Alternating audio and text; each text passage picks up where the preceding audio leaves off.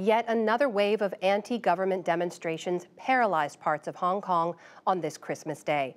Black-clad protesters descended on the streets of a busy shopping district. Riot police used tear gas to disperse crowds.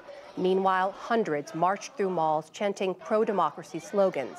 The city has been upended by more than 6 months of unrest against police use of force and mainland China's influence.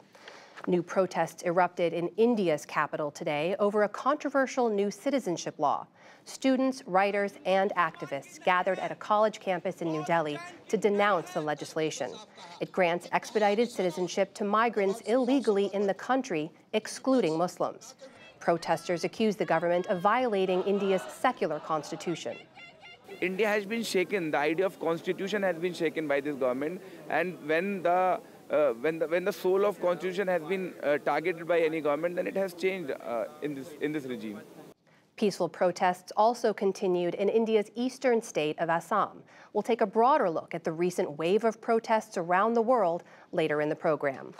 More than 200,000 Syrians have fled an onslaught of violence in Idlib province in recent weeks.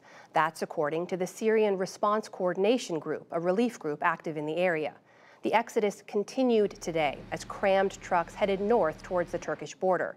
Civilians are being pushed out by Syrian President Bashar al-Assad's forces working to regain control of Syria's last rebel stronghold. There was temporary relief in Australia today as cooler weather slowed down the spread of devastating wildfires. But forecasters warned higher temperatures are expected to return this weekend. About 2,000 firefighters spent this Christmas holiday battling more than 70 fires still burning in New South Wales. Fire doesn't stop just because it's Christmas, so some of the crews have to keep working and monitor the fire. Luckily today we've got benign weather and not everybody has to be out here.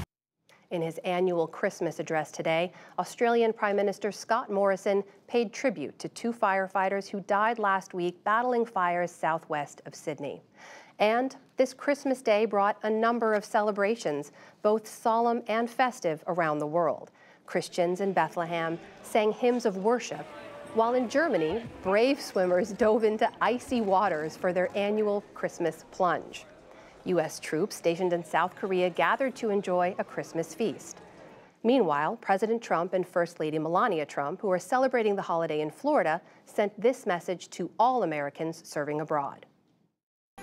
We say a special prayer for those military service members stationed far from home, and we renew our hope for peace among nations and joy to the world. Pope Francis also hoped for peace during his annual Christmas Day message in St. Peter's Square. He spoke to the plight of migrants and refugees and said the light of Christ was stronger than human suffering. The Pope also issued a separate statement with the head of the Anglican Church and the former moderator of the Church of Scotland, urging South Sudan's rival leaders to form a coalition government early next year.